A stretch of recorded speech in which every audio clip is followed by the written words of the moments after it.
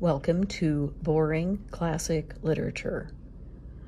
This video is part 2 of 3 of Jack London's short story, Wonder of Woman.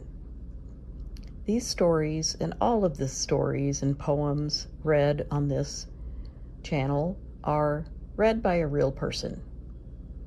Thanks for listening.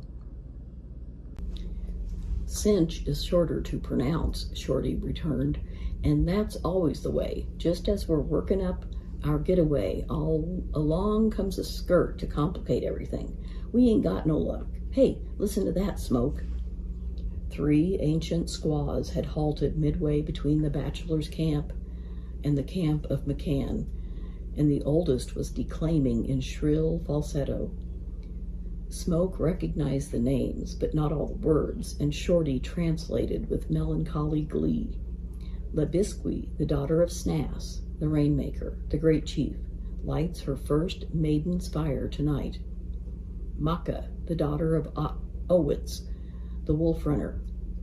The recital ran through the names of a dozen maidens, and then the 3 heralds tottered on their way to make announcement at the next fires. The bachelors, who were sworn youthful oaths to speak to no maidens, were uninterested in the approaching ceremony, and to show their disdain, they made preparations for immediate departure on a mission set them by Snass, and upon which they had planned to start the following morning. Not satisfied with the old hunter's estimates of the caribou, Snass had decided that the run was split. The task set the bachelors was to scout to the north and west in quest of the 2nd division of the great herd. Smoke, troubled by La Biscuit's fire lighting, announced that he would accompany the bachelors, but first he talked with Shorty and with McCann. "You be there on the 3rd day, Smoke," Shorty said. "We'll have the outfit and the dogs. But remember," Smoke cautioned, "if there is any slip-up in meeting me, you keep on going and get out of the Yukon. That's flat. If you make it, you can come back for me in the summer. If I get the chance, I'll make it and come back for you." McCann, standing by his fire, indicated with his eyes a rugged mountain where the high western range outjutted on the open country. "That's the one," he said. "A small stream on the south side. We go up it. On the 3rd day you meet us. We'll pass by on the 3rd day. Anywhere you tap that stream, you'll meet us or our trail." But the chance did not come to Smoke on the 3rd day. The bachelors had changed the direction of their scout, and while Shorty and McCann plodded up the stream with their dogs, Smoke and the bachelors were 60 miles to the northeast, picking up the trail of the 2nd caribou herd. Several days later, through a dim twilight of falling snow, they came back to the big camp. A squaw ceased from wailing by a fire and darted up to Smoke. Harsh-tongued, with bitter, venomous eyes, she cursed him, waving her arms toward a silent, fur-wrapped form that still lay on the sled which had hauled it in. What had happened, Smoke could only guess, and as he came to McCann's fire, he was prepared for a second cursing. Instead, he saw McCann himself industriously chewing a strip of caribou meat. "I'm not a fighting man," he whiningly explained, "but Shorty got away, though they're still after him. He put up a hell of a fight. They'll get him too. He ain't got a chance. He plugged 2 bucks that'll get around all right, and he croaked one square through the chest." "Yes, I know," Smoke answered. "I just met the widow." "Old Snass'll be wanting to see you," McCann added. "Them's his orders. Soon as you come in, you was to go to his fire. I ain't squealed. You don't know nothing. Keep that in mind.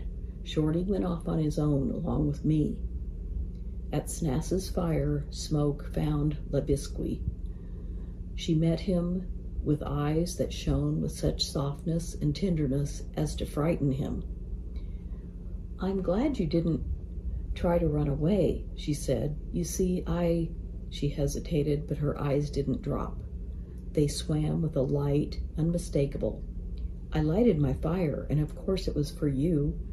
It has happened. I like you better than everybody else in the world, better than my father, better than 1,000 Libashes and Mancooks. I love. It is very strange. I love as Francesca loved, as Isulet loved. Old Four Eyes spoke true. Indians do not love this way, but my eyes are blue and I am white. We are white, you and I." Smoke had never been proposed to in his life, and he was unable to meet the situation. Worse, it was not even a proposal. His acceptance was taken for granted. So thoroughly was it all arranged in Labisqui's mind, so warm was the light in her eyes, that he was amazed that she did not throw her arms around him and rest her head on his shoulder. Then he realized, despite her candor of love, that she did not know the pretty ways of love. Among the primitive savages, such ways did not obtain. She had had no chance to learn. She prattled on, chanting the happy burden of her love, while he strove to grip himself in the effort, somehow to wound her with the truth. This, at the very first, was the golden opportunity. "But, Labisqui, listen," he began. "Are you sure you learned from Four Eyes all the story of the love of Paolo and Francesca?" She clasped her hands and laughed with an immense certitude of gladness. "Oh, there is more. I knew there must be more, and more of love. I have thought much since I lighted my fire. I have..." And then Snas strode into the fire through the falling snowflakes, and Smoke's opportunity was lost. "Good evening," Snas burred gruffly. "Your partner has made a mess of it. I'm glad you had better sense." "You might tell me what's happened," Smoke urged. A flash of white teeth through the stained beard was not pleasant. "Certainly I'll tell you. Your partner has killed one of my people. That sniveling shrimp, McCann, deserted at the first shot. He'll never run away again. But my hunters have got your partner in the mountains, and they'll get him. He'll never make the Yukon Basin. As for you, from now on, you sleep at my fire, and there's no more scouting with the young men. I shall have my eye on you." Smoke's new situation at Snas's fire was embarrassing. He saw more of Labisqui than ever. In its sweetness and innocence, the frankness of her love was terrible. Her glances were love glances. Every look was a caress. A score of times he nerved himself to tell her of Joy Gastel, and a score of times he discovered that he was a coward. The damnable part of it was that Labisqui was so delightful. She was good to look upon. Despite the hurt to his self-esteem of every moment spent with her, he pleasured in every such moment. For the first time in his life, he was really learning woman. And so clear was Labisqui's soul, so appalling in its innocence and ignorance, that he could not misread a line of it. All the pristine goodness of her sex was in her, uncultured by the conventionality of knowledge or the deceit of self-protection. In memory, he reread his Schopenhauer and knew beyond all cavil that the sad philosopher was wrong. To know woman, as Smoke came to know Labisqui, was to know that all woman-haters were sick men. Labisqui was wonderful, and yet, beside her face in the flesh, burned the vision of the face of Joy Gastel. Joy had control, restraint, all the feminine inhibitions of civilization, yet, by the trick of his fancy and the living preachment of the woman before him, Joy Joy Gastel was stripped to a goodness at par with Labisquis. The one but appreciated the other, and all women of all the world appreciated by what Smoke saw in the soul of Labisqui at Snas's fire in the snowland. And Smoke learned about himself. He remembered back to all he knew of Joy Gastel, and he knew that he loved her. Yet he delighted in Labisqui. And what was this feeling of delight but love? He could demean it by no less a name. Love it was. Love it must be. And he was shocked to the roots of his soul by the discovery of this polygamous strain in his nature. He had heard it argued in the San Francisco studios that it was possible for a man to love 2 women, or even 3 women, at a time. But he had not believed it. How could he believe it when he had not had that experience? Now it was different. He did truly love 2 women, and though most of the time he was quite convinced that he loved Joy Gastel more, there were other moments when he felt with equal certainty that he loved Labisqui more. "There must be many women in the world," she said one day, "and women like men. Many women must have liked you. Tell me." He did not reply. "Tell me," she insisted. "I have never married," he evaded. "And there is no one else? No other Isolate out there beyond the mountains?" Then it was that Smoke knew himself a coward. He lied. Reluctantly he did it, but he lied. He shook his head with a slow, indulgent smile, and in his face was more of fondness than he dreamed as he noted Labisqui's swift joy transfiguration. He excused himself to himself. His reasoning was Jesuitical beyond dispute, and yet he was not Spartan enough to strike this child woman a quivering heart-stroke. Snas, too, was a perturbing factor in the problem. Little escaped his black eyes, and he spoke significantly. "No man cares to see his daughter married," he said to Smoke. "At least no man of imagination. It hurts. The thought of it hurts, I tell you. Just the same, in the natural order of life, Margaret must marry sometime." A pause fell. Smoke caught himself wondering for the 1000th time what Snas's history must be. "I am a harsh, cruel man," Snas went on. "Yet the law is the law, and I am just. Nay, here with this primitive people, I am the law and the justice. Beyond my will no man goes. Also, I am a father, and all my days I have been cursed with imagination." Whither his monologue tended, Smoke did not learn, for it was interrupted by a burst of chiding and silvery laughter from Labisqui's tent, where she played with a new-caught wolf cub. A spasm of pain twitched Snas's face. "I can stand it," he muttered grimly. "Margaret must be married, and it is my fortune and hers that you are here. I had little hopes of Four Eyes.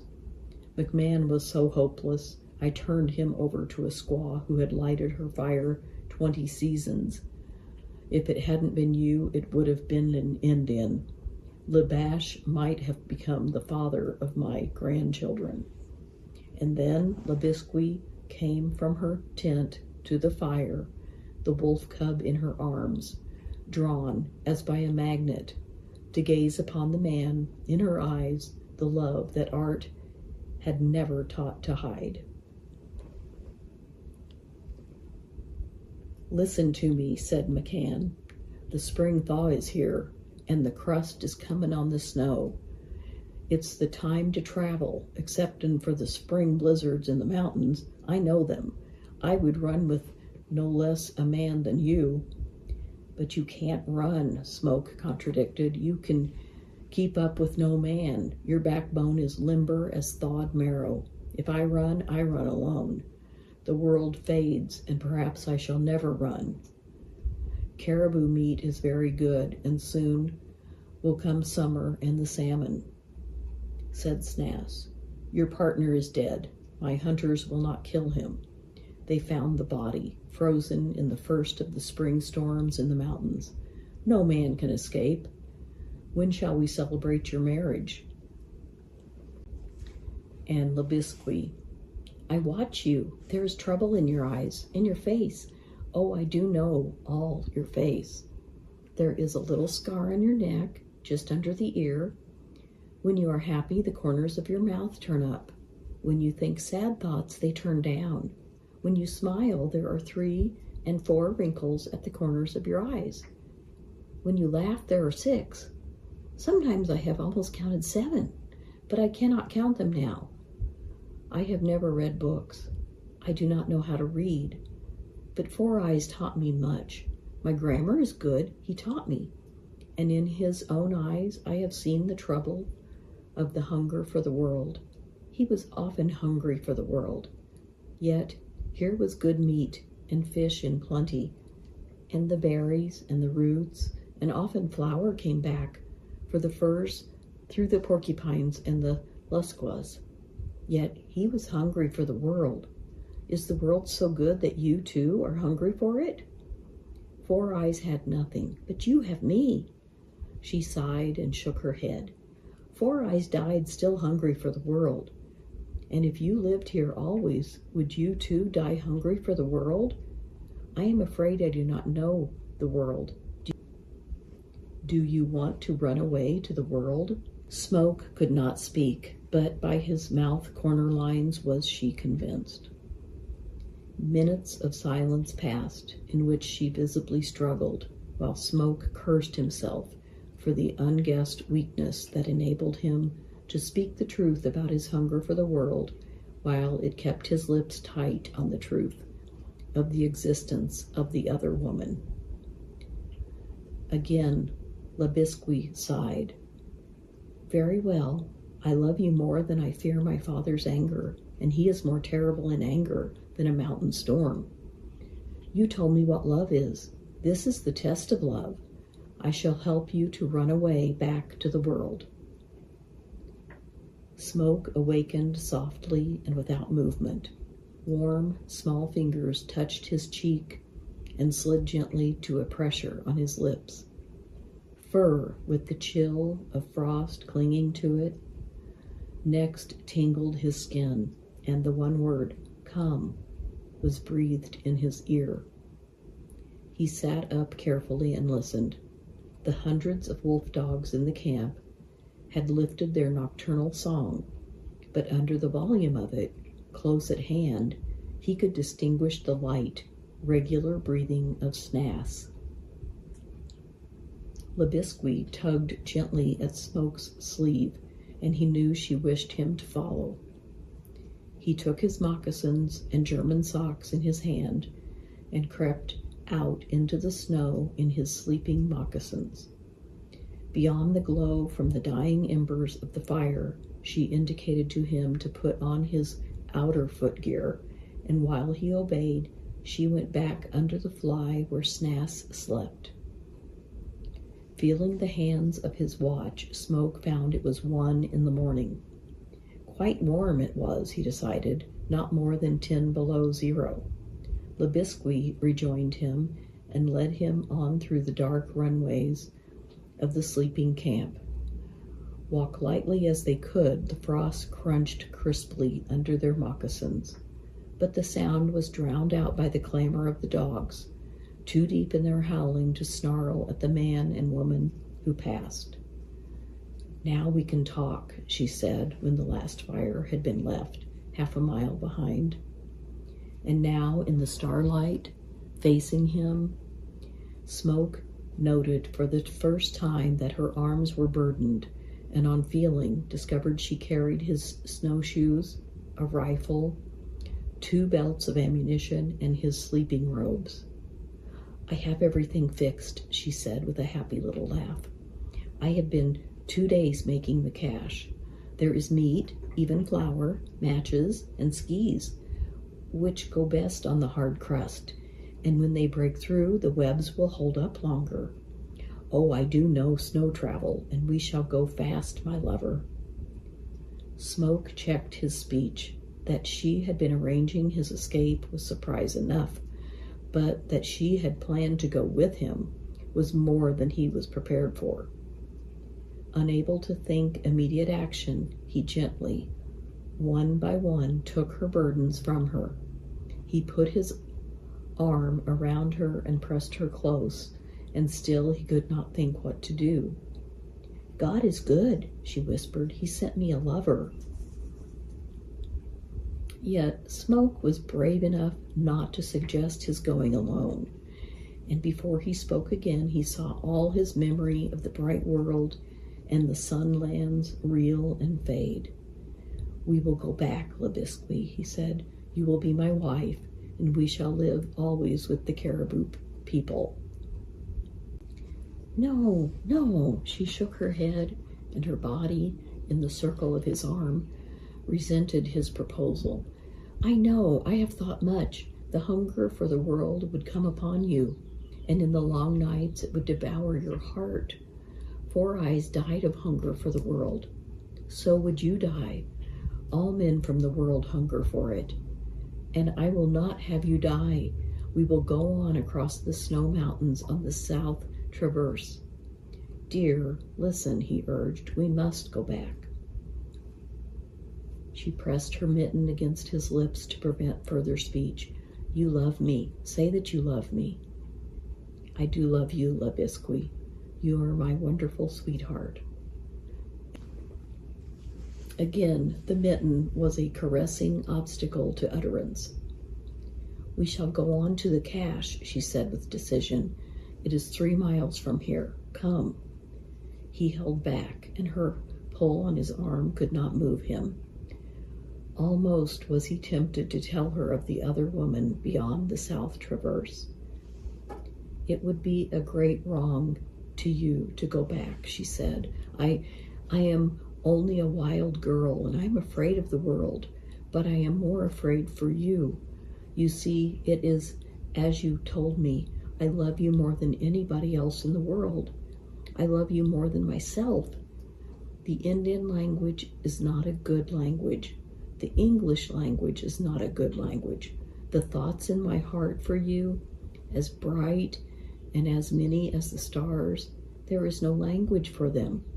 How can I tell you them? They are there, see? As she spoke, she slipped the mitten from his hand and thrust the hand inside the warmth of her parka until it rested against her heart. Tightly and steadily, she pressed his hand in its position, and in the long silence, he felt the beat of her heart, and knew that every beat of it was love. And then slowly, almost imperceptibly, still holding his hand, her body began to incline away from his and toward the direction of the cache. Nor could he resist. It was as if he were drawn by her heart itself, that so nearly lay in the hollow of his hand. So firm was the crust, frozen during the night after the previous day's surface thaw, that they slid along rapidly on their skis. Just here in the trees is the cache, Labisque told Smoke. The next moment she caught his arm with a startle of surprise. The flames of a small fire were dancing merrily, and crouched by the fire was McCann. Labisque muttered something in Indian, and so lash-like was the sound that Smoke remembered she had been called Cheetah by Four Eyes.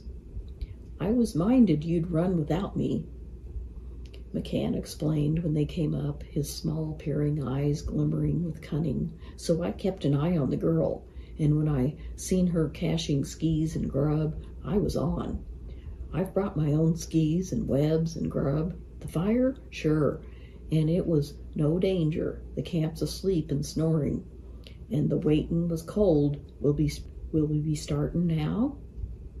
Labisque looked swift consternation at Smoke, as swiftly achieved a judgment on the matter and spoke. And in the speaking she showed, child, woman, though she was in love, the quick decisiveness of one who in other affairs of life would be no clinging vine. McCann, you are a dog, she hissed, and her eyes were savage with anger. I know it is in your heart to raise the camp if we do not take you. Very well, we must take you. But you know my father. I am like my father. You will do your share of the work. You will obey. And if you play one dirty trick, it would be better for you if you had never run. McCann looked up at her, his small pig eyes hating and cringing, while in her eyes turned to Smoke, the anger melted into luminous softness. Is it right, what I have said? She queried. Daylight found them in the belt of foothills that lay between the rolling country and the mountains. McCann suggested breakfast, but they held on. Not until the afternoon thaw softened the crust and prevented travel would they eat. The foothills quickly grew rugged, and the stream, up whose frozen bed they journeyed, began to thread deeper and deeper canyons. The signs of spring were less frequent, though in one canyon they found foaming bits of open water, and twice they came upon clumps of dwarf willow, upon which were the first hints of swelling buds. Libisque explained to Smoke her knowledge of the country and the way she planned to baffle pursuit. There were but two ways out, one west, the other south. Snass would immediately dispatch parties of young men to guard the two trails, but there was another way south. True, it did no more than penetrate halfway into the high mountains, then, twisting to the west and crossing three divides, it joined the regular trail. When the young men found no traces on the regular trail, they would turn back in the belief that the escape had been made by the west traverse, never dreaming that the runaways had ventured the harder and longer way around. Glancing back at McCann in the rear, Libisque spoke in an undertone to Smoke. He is eating, she said. It is not good. Smoke looked. The Irishman was secretly munching caribou soot from the pocketful he carried. No eating between meals, McCann, he commanded. There's no game in the country ahead, and the grub will have to be whacked in equal rations from the start. The only way you can travel with us is by playing fair. By 1 o'clock, the crust had thawed so that the skis broke through, and before 2 o'clock, the web shoes were breaking through. Camp was made and the first meal eaten. Smoke took stock of the food. McCann's supply was a disappointment. So many silver fox skins had he stuffed in the bottom of the meat bag that there was little space left for meat. Sure, and I didn't know where there was so many, he explained. I done it in the dark, but they're worth good money, and with all this ammunition, we'll be getting game aplenty. The wolves will eat you aplenty, was Smoke's hopeless comment, while Libisque's eyes flashed their anger. Enough food for a month, with careful husbanding and appetites that never blunted their edge, was Smoke's and Libisque's judgment. Smoke apportioned the weight and bulk of the packs, yielding in the end to Libisque's insistence that she too should carry a pack. Next day, the stream shallowed out in a wide mountain valley, and they were already breaking through the crust on the flats when they gained the harder surface of the slope of the divide. 10 minutes later, and we wouldn't have gotten across the flats, Smoke said, when they paused for breath on the bald crest of the summit. We must be 1,000 feet higher here. But Libisque, without speaking, pointed down to an open flat among the trees. In the midst of it, scattered abreast, were 5 dark specks that scarcely moved. "The young men," said Labisque. "They are wallowing to their hips," Smoke said. "They will never gain the hard footing this day. We have hours the start of them. Come on. Come on, McCann, buck up. We don't eat till we can't travel." McCann groaned, but there was no caribou soot in his pocket, and he doggedly brought up the rear.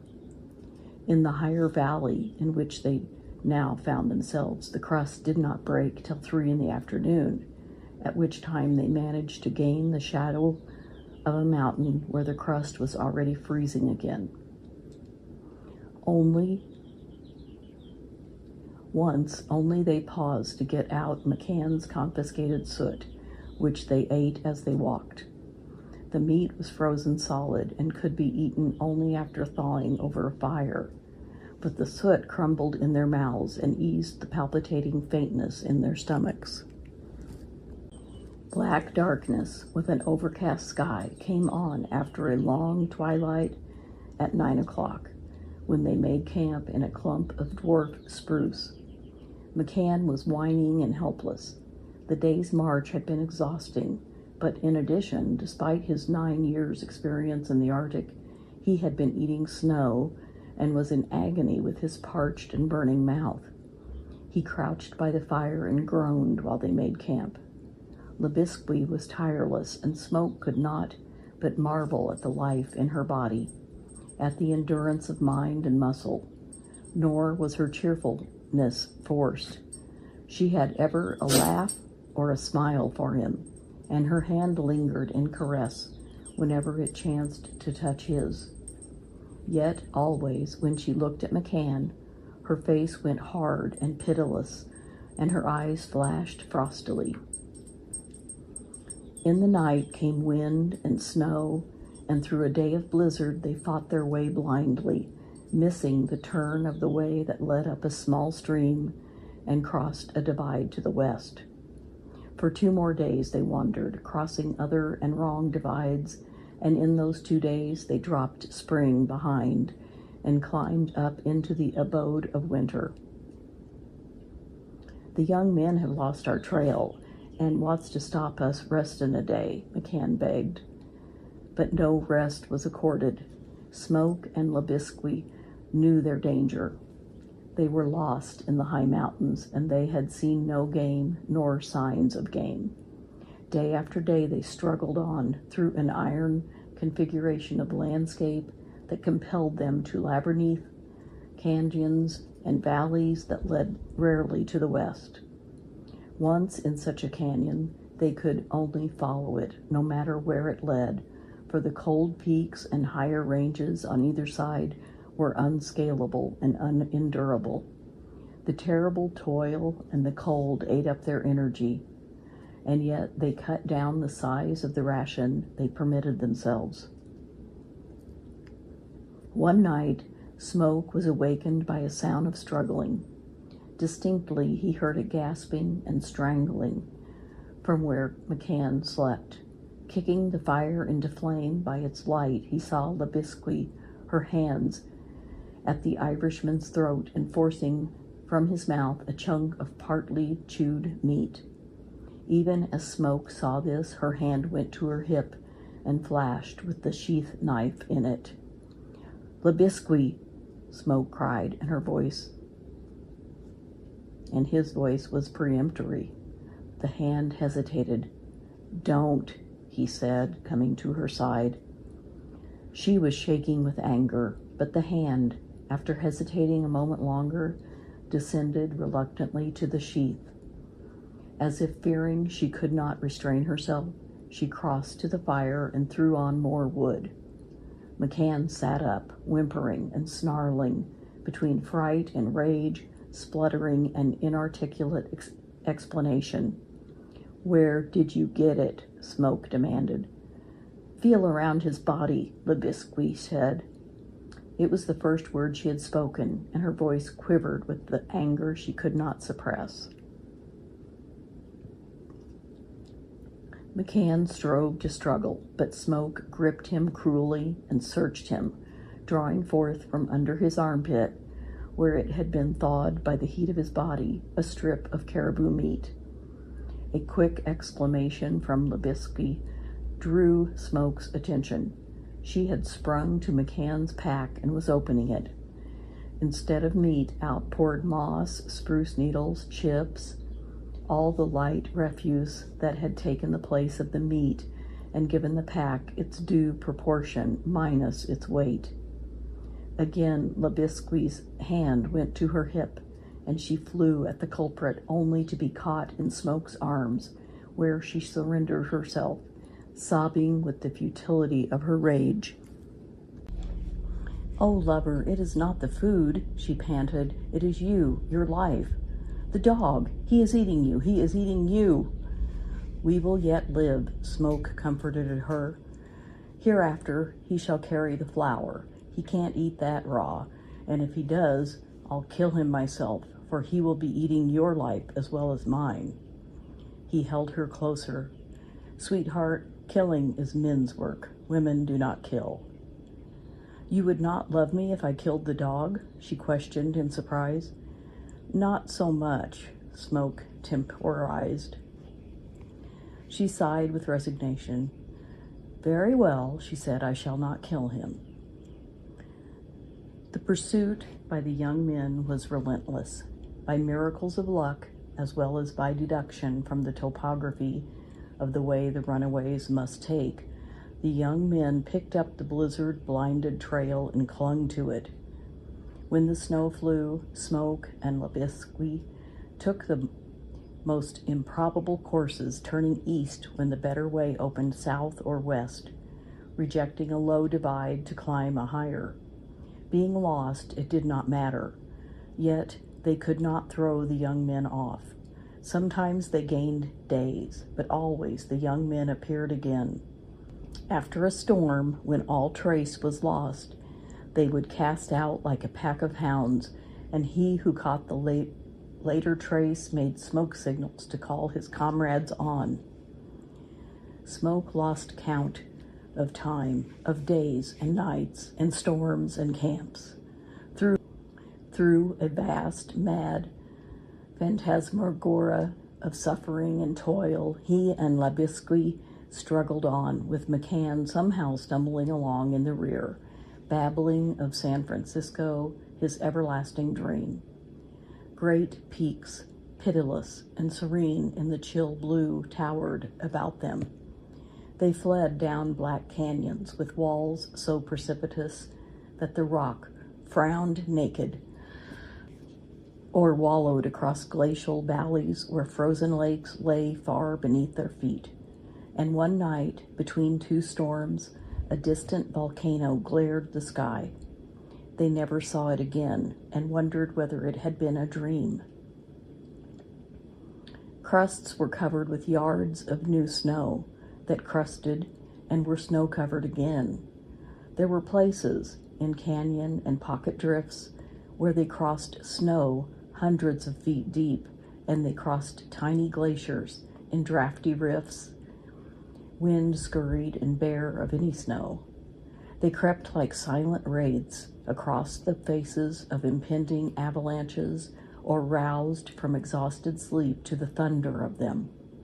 They made fireless camps above timberline, thawing their meat rations with the heat of their bodies ere they could eat. And through it all, Labisky remained Labisky. Her cheer never vanished, save when she looked at McCann, and the greatest stupor of fatigue and cold never stilled the eloquence of her love for Smoke. Like a cat, she watched the apportionment of the meager ration, and Smoke could see that she grudged McCann every munch of his jaws. Once she distributed the ration.